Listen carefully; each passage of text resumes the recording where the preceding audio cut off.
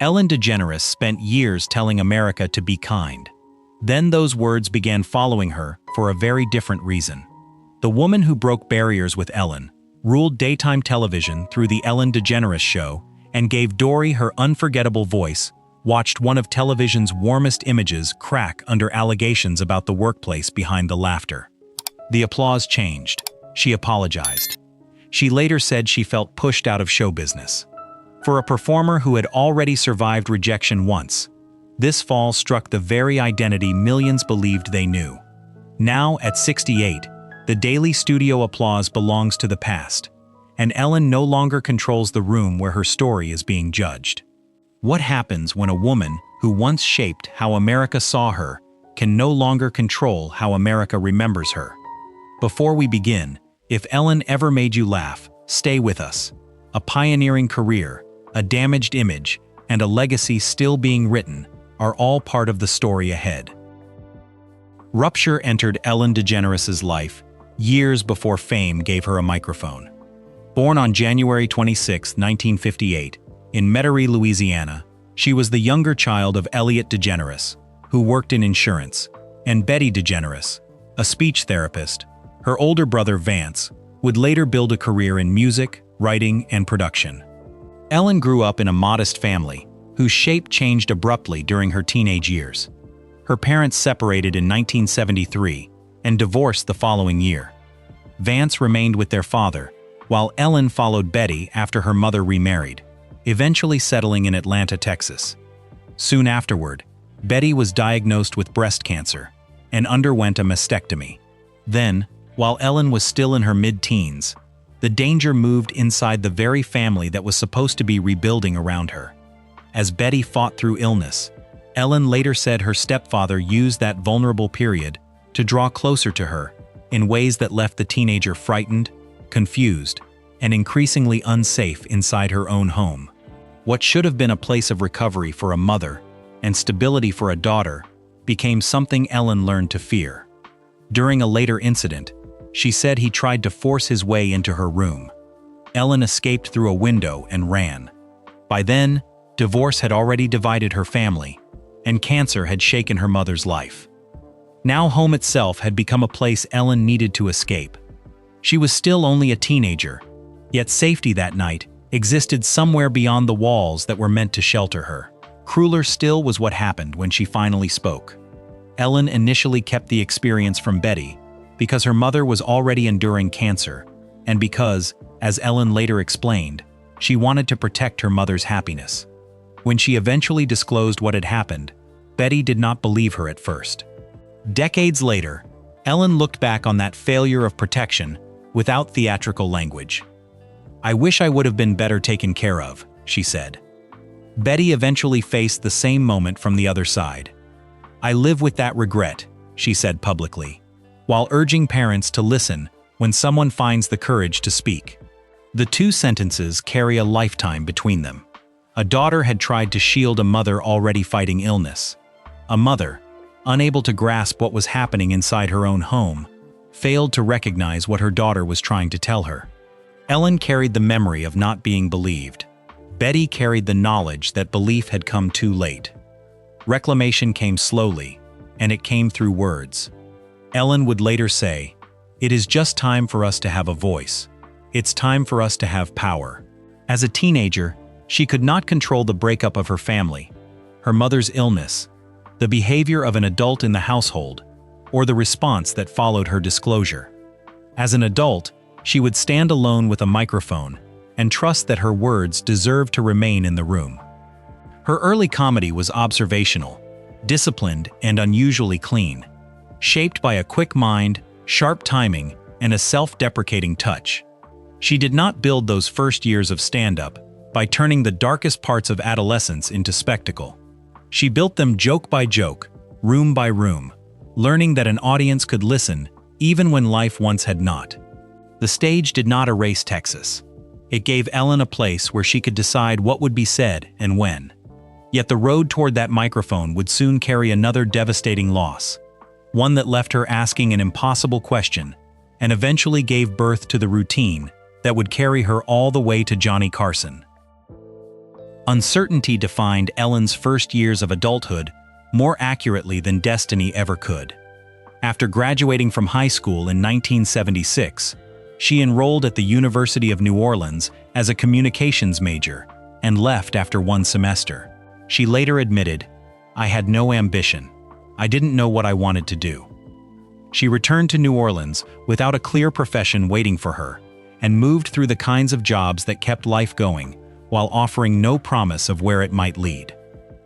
She worked clerical jobs, including at a law firm, and supported herself through employment at J.C. Penney, restaurants and bars. She also worked as a waitress, bartender, hostess, house painter, oyster shucker, and vacuum cleaner salesperson.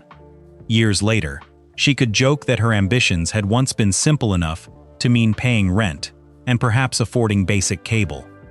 Then, around the age of 20, uncertainty was overtaken by grief. A young woman Ellen had been dating passed away after a car accident. Ellen later recalled driving past the scene without realizing whose car she was seeing and learning the truth only afterward.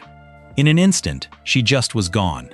"It shifted my entire focus," Ellen remembered. Suddenly the question was no longer what job might come next.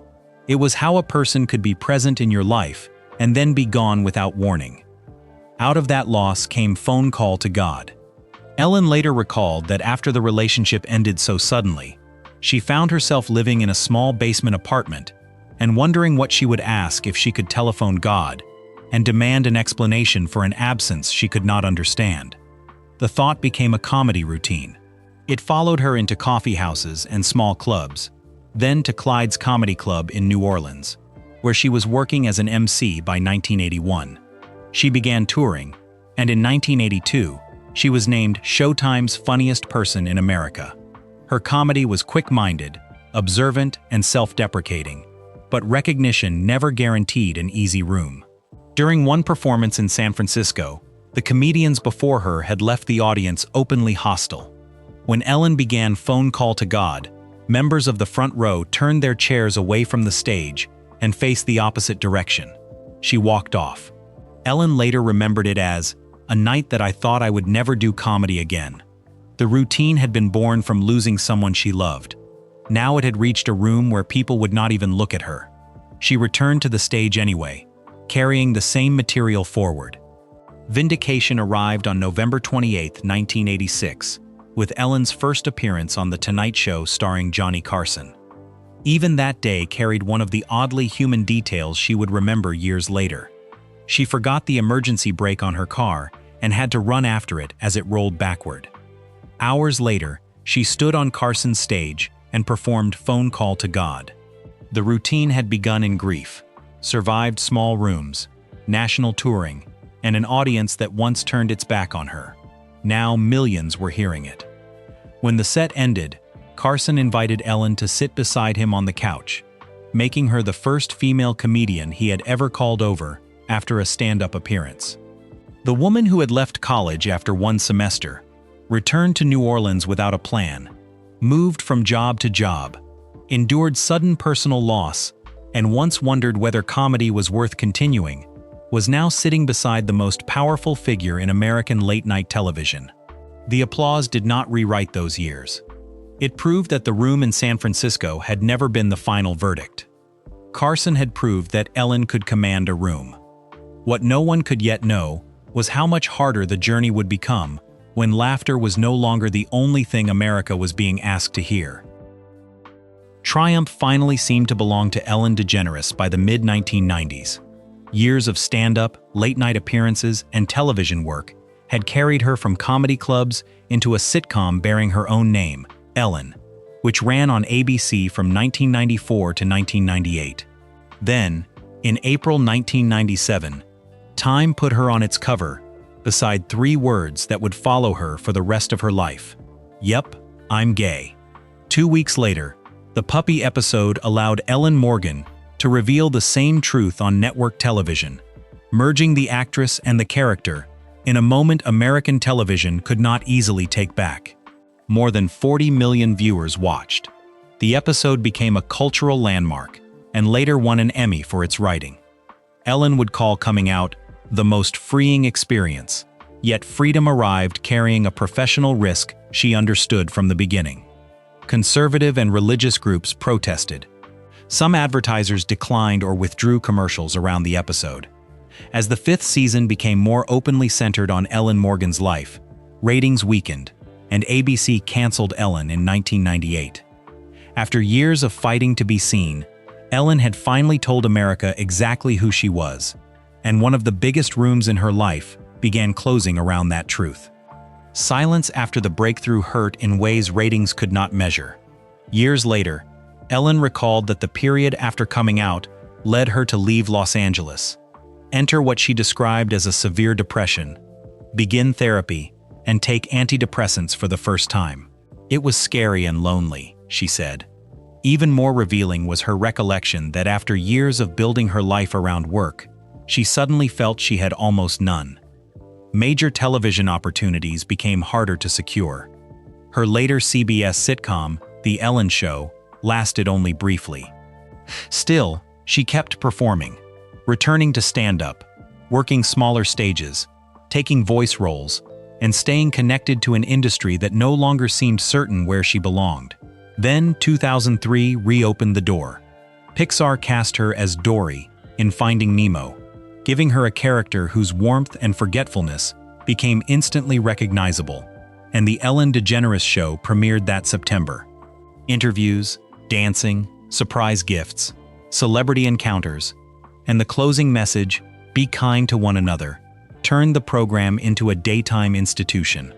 The woman whose television future had once looked precarious was again entering millions of American homes, this time every weekday. Recognition eventually reached the very truth that had once made her future uncertain. The Ellen DeGeneres Show accumulated dozens of daytime Emmy Awards. She hosted major ceremonies, including the Grammys, the Primetime Emmys, and twice the Academy Awards, while Dory returned in 2016's Finding Dory. That November, President Barack Obama awarded DeGeneres the Presidential Medal of Freedom, completing an extraordinary reversal from the uncertainty surrounding her career after 1997. Yet the comeback created a burden almost as powerful as the success itself. Ellen was no longer simply a comedian or television host. To millions, her name had become shorthand for generosity, acceptance, laughter, and kindness. In 1997, she had fought to prevent the world from reducing her to a secret. By the end of the next decade, the world had built a different kind of identity around her. One so polished and familiar that millions believed they knew the person behind it. That belief would become the fault line beneath everything that happened next. Pressure broke into public view on March 20, 2020, when comedian Kevin T. Porter invited people online to share negative encounters involving Ellen DeGeneres and said he would make a charitable donation connected to the responses. The premise collided directly with Ellen's public message of kindness. Stories followed from service workers, audience members, former employees, and others claiming contact with Ellen or the program. Some described cold interactions, alleged rules about eye contact, or feeling badly treated over small mistakes. Those individual claims were not all independently verified, but together, they changed the atmosphere around an image built over nearly 2 decades. Old interview clips involving Mariah Carey, Dakota Johnson, Taylor Swift, and others resurfaced under a harsher lens. Replace Ellen circulated online.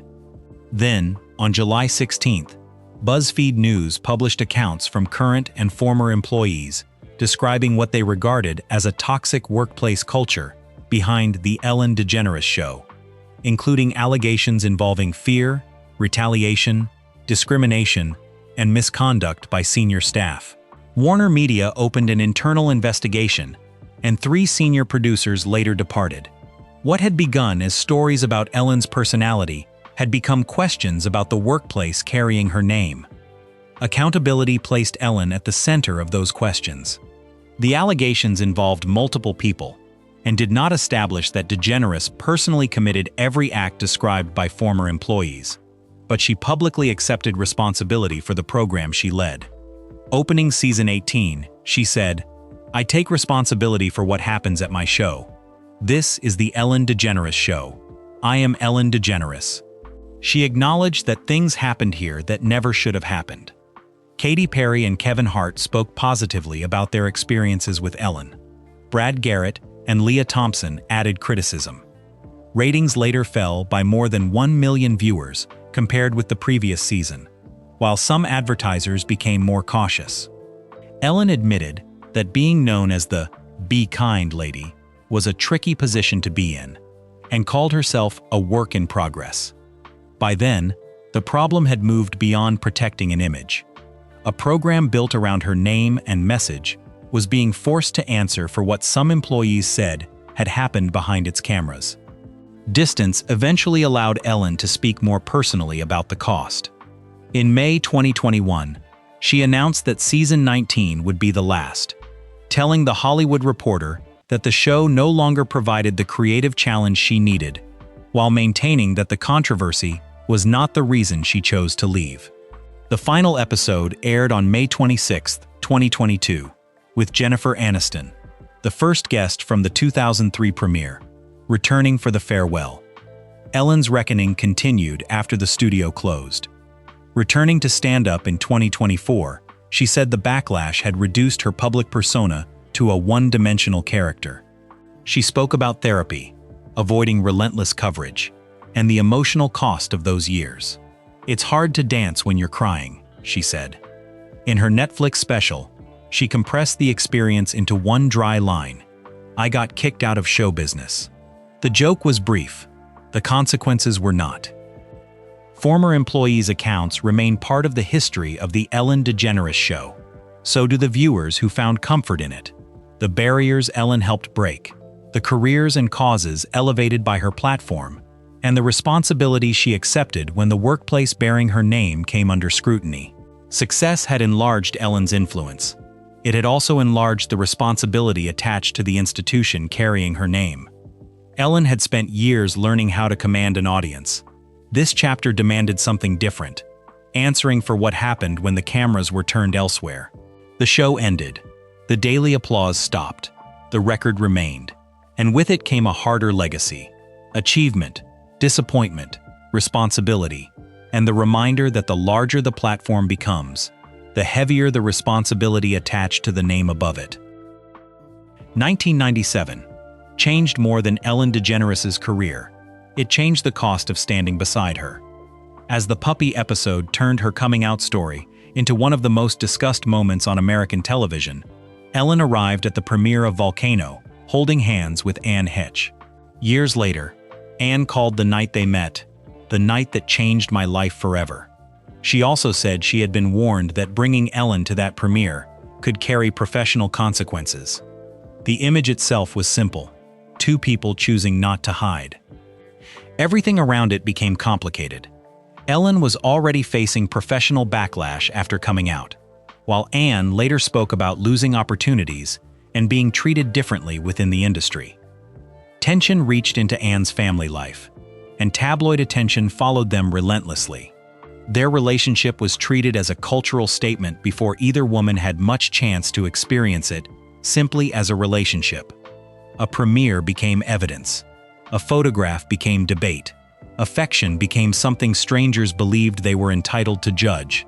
Even ordinary appearances carried a weight neither woman had chosen. The pain of those years came from discovering how quickly private love could be turned into a public test, and how much two people could lose once everyone else decided their relationship carried meaning beyond the two of them. 3 years later, Ellen and Anne separated. Yet the significance of that chapter survived the breakup. Anne went on to speak openly about periods of profound emotional and mental health struggle, much of it examined under intense media attention. In August 2022, she died at 53, after sustaining critical injuries days earlier in Los Angeles.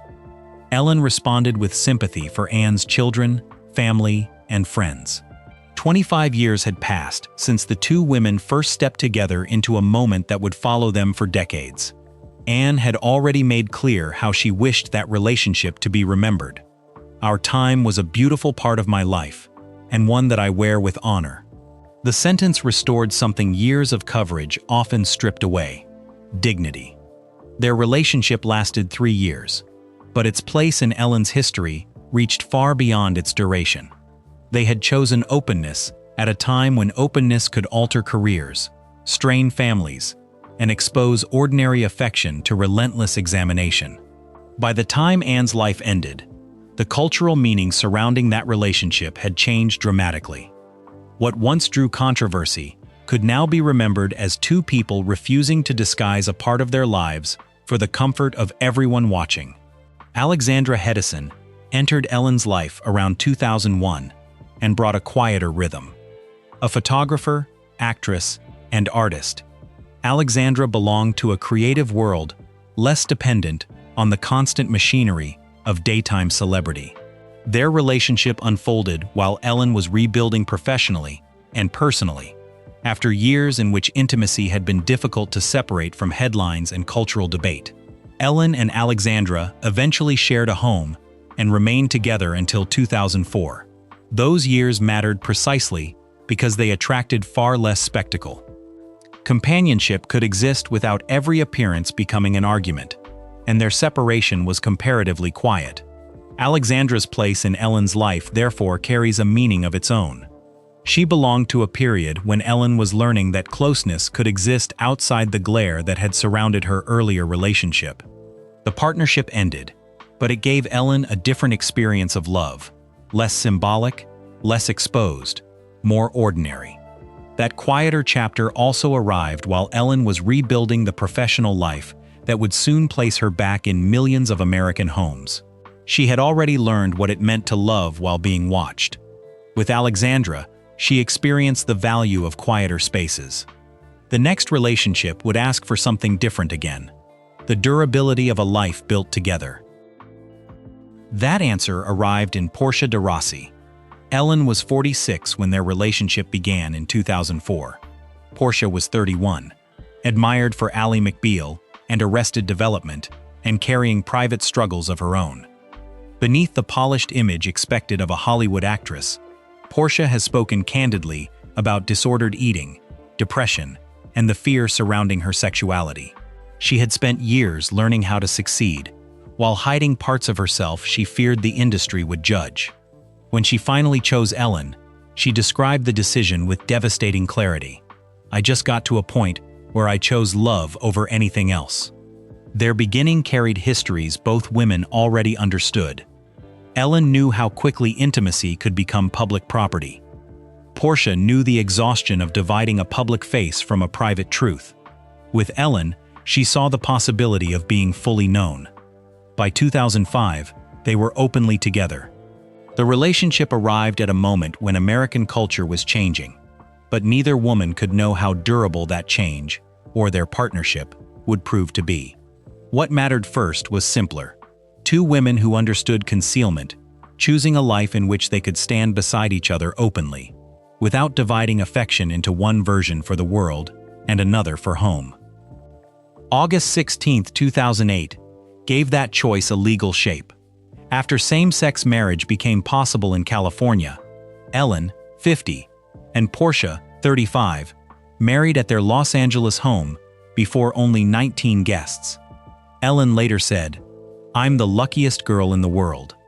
The words were simple, but years of struggle stood behind them.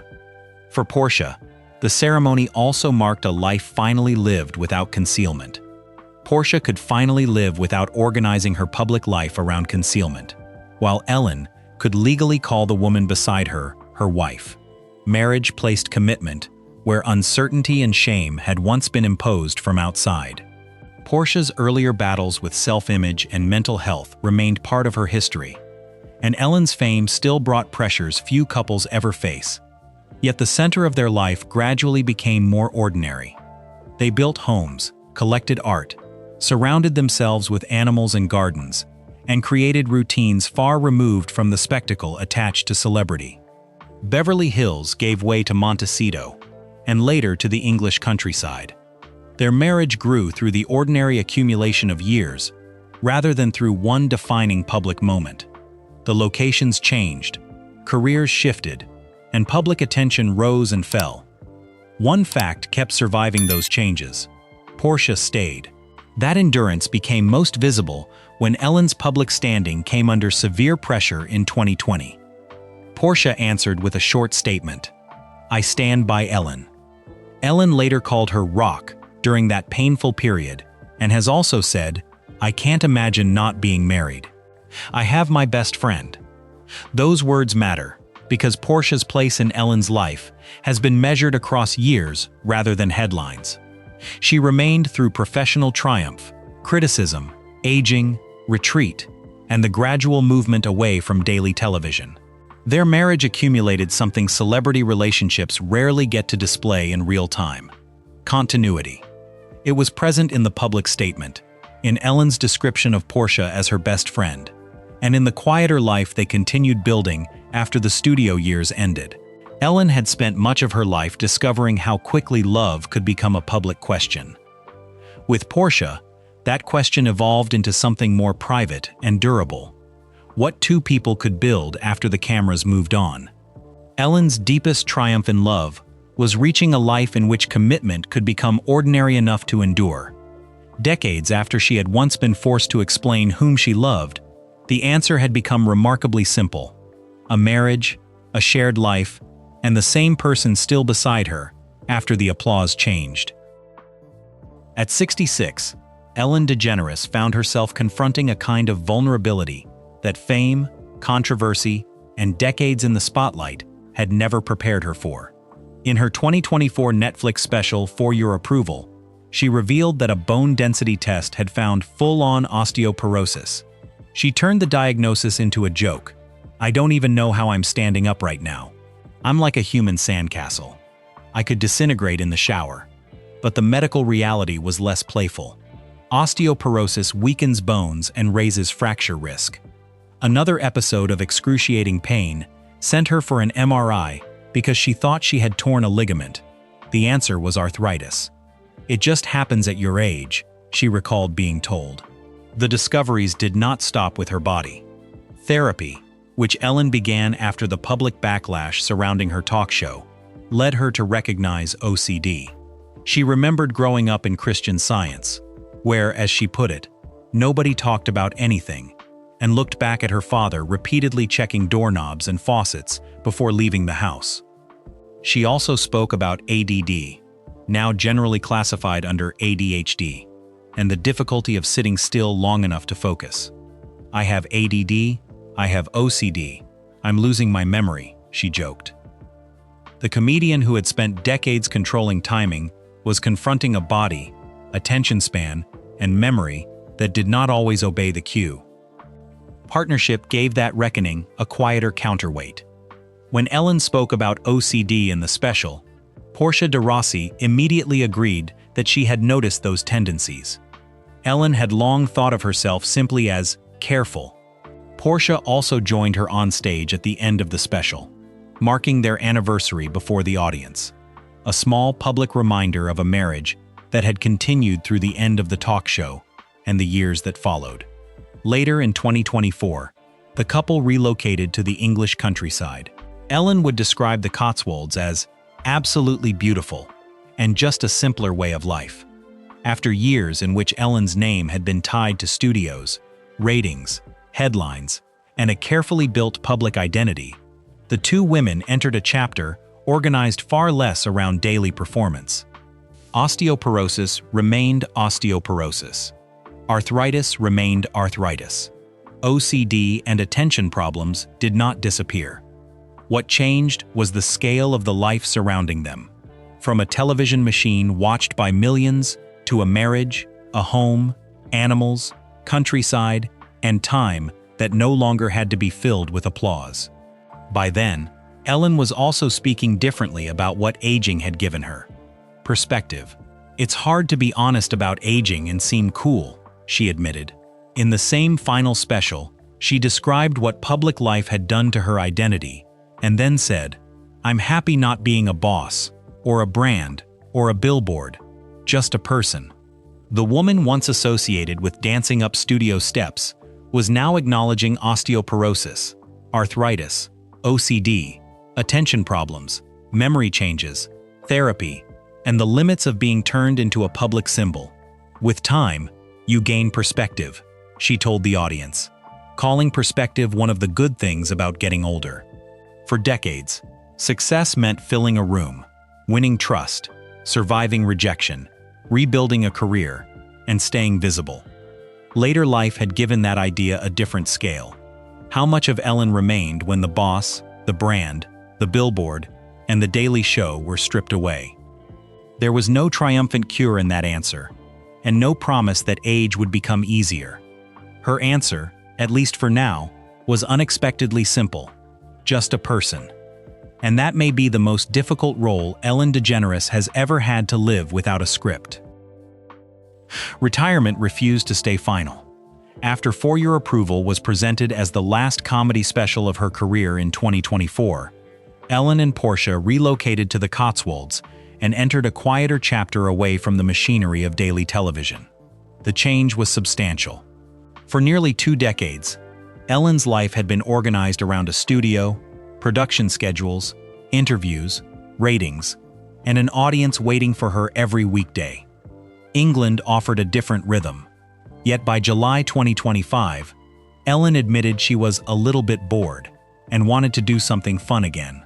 Days later, she signed with WME for representation in areas outside touring, a small but telling indication that the door she had appeared to close was no longer completely shut.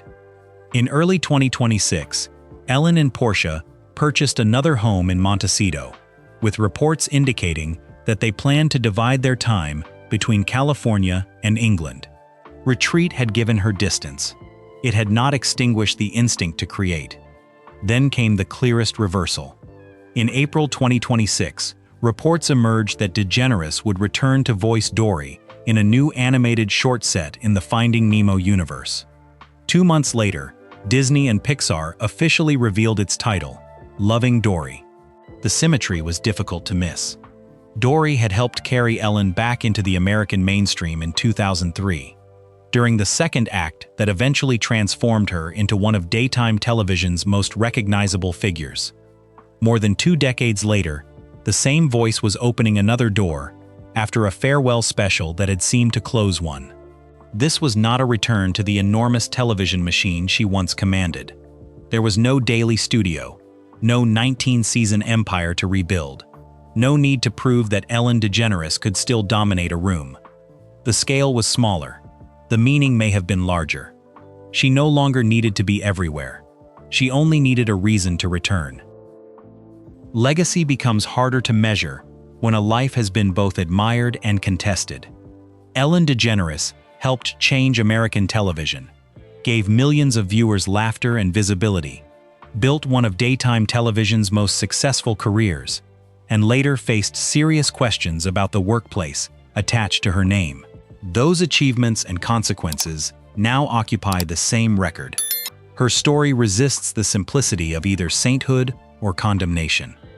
Ellen became influential enough to alter what audiences could see on television, and visible enough for her failures, responsibilities, and contradictions to become part of the history as well. The result feels less like a verdict than a portrait, celebrated in some chapters, challenged in others, and unmistakably human in the distance between them. What remains in 2026 is movement.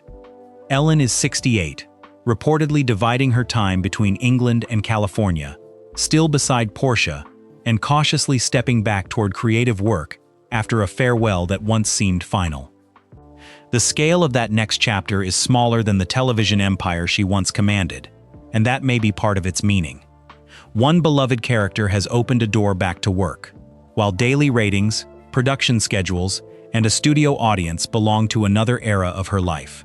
For someone who spent decades being watched almost every weekday, the change is profound. That smaller scale also changes the emotional meaning of the return.